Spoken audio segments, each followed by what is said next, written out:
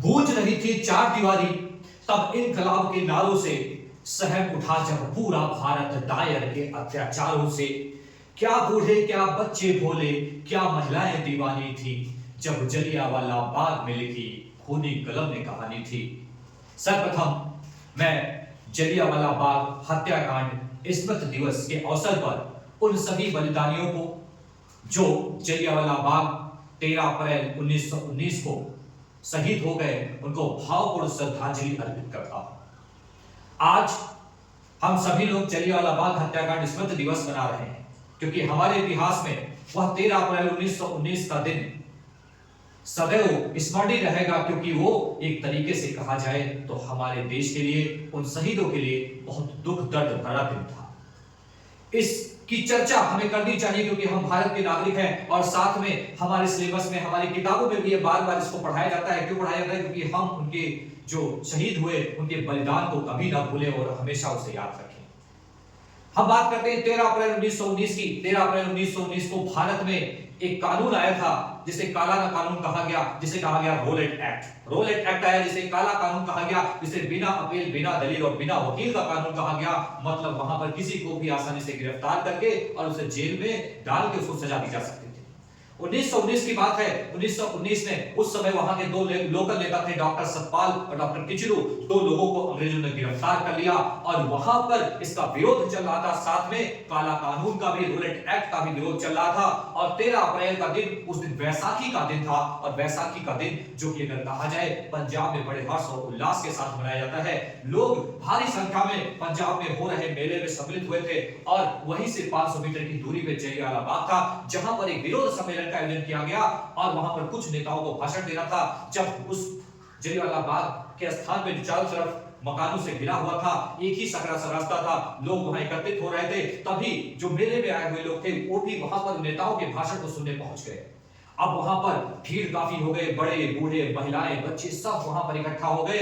और यह जानकारी जब जनरल डायर को मिली तो जनरल डायर वहां पर 90 सैनिकों के साथ उपस्थित हुआ और बिना किसी चेतावनी के, बिना किसी वार्निंग के उसने क्या किया, लगातार 10 मिनट तक 1650 राउंड गोलियां चलाई और इतनी भयानक गोलियां चलाई जिसमें लोग अपनी जान बचाने के लिए, वहां एक कुआं था, कुएं में कूदना शुरू कर दिया क्योंकि सकरा से एक रास्ता था। तो भीड़ में दौड़ते हुए कुछ लोग मरे, काफी लोग गोलियों से मरे और कुछ लोग अपनी जान बचाने के लिए कुएं में कूद गए। इनफैक्ट कहा जाता है कि इस कुएं में लगभग 120 लोग, तो 120 लाशें तो कुएं से प्राप्त हुई। आप सोच लीजिए वो क्या मंजर होगा 13 अप्रैल 1919 जलियांवाला बाग में।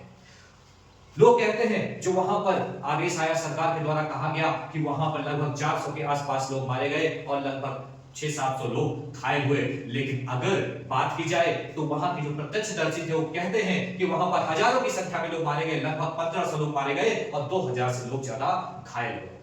उस 13 अप्रैल 1919 को एक व्यक्ति जो वहां प्रत्यक्षदर्शी था, जिसने देखा था, जिसका नाम था उधम सिंह, उसने ठान लिया कि इस 13 अप्रैल 1919 का बदला आगे चलकर हमें अंग्रेजों से लेना है। तो उस समय तक जनरल डायर तक एक्सपायर हो चुके थे, लेकिन उस समय के तत्कालीन गवर्नर वहां पर जो डायर थे वो डायर थे। 1913 मार्च 1940 को उधम सिंह ने 4-5 गोलियों के माध्यम से वो डायर की हत्या कर दी और हंसी खुशी उसने गिरफ्तारी दे दी। और उसने कहा कि मुझे गिरफ्तार होने में या मुझे फांसी पे चढ़ने पे कोई शर्म नहीं लगता, कोई डर, कोई भय नहीं, क्योंकि मरना तो एक दिन बुढ़ापे में भी है, तो मैं इस जवानी में मरना चाहूंगा। लेकिन जो 13 अप्रैल 1919 की घटना हुई उसकी बदला मैंने वो डायर की हत्या करके ले ली, मुझे बहुत ही संतुष्टि मिलती है। तो हम सभी भारतवासी हैं, हमारे पर अंग्रेजों ने बहुत सारे अत्याचार किया और 13 अप्रैल 1919 की घटना के बाद ही यहाँ पर भारत में लोग एक हुए और अंग्रेजों के खिलाफ जारी विरोध से आखिर में हमको स्वतंत्रता प्राप्त हुई। तो हमें इस दिन को नहीं भूलना चाहिए, ये दिन हमारे लिए बहुत आवश्यक है। हमेशा उन शहीदों की बलिदान को हमें याद करना चाहिए और ऐसे समय पर उन्हें भावपूर्ण श्रद्धांजलि अर्पित करनी चाहिए। पुनः मैं जलियांवाला बाग हत्याकांड स्मृति दिवस के अवसर पर सभी बलिदानियों को स्मृति भावपूर्ण श्रद्धांजलि अर्पित करता हूं।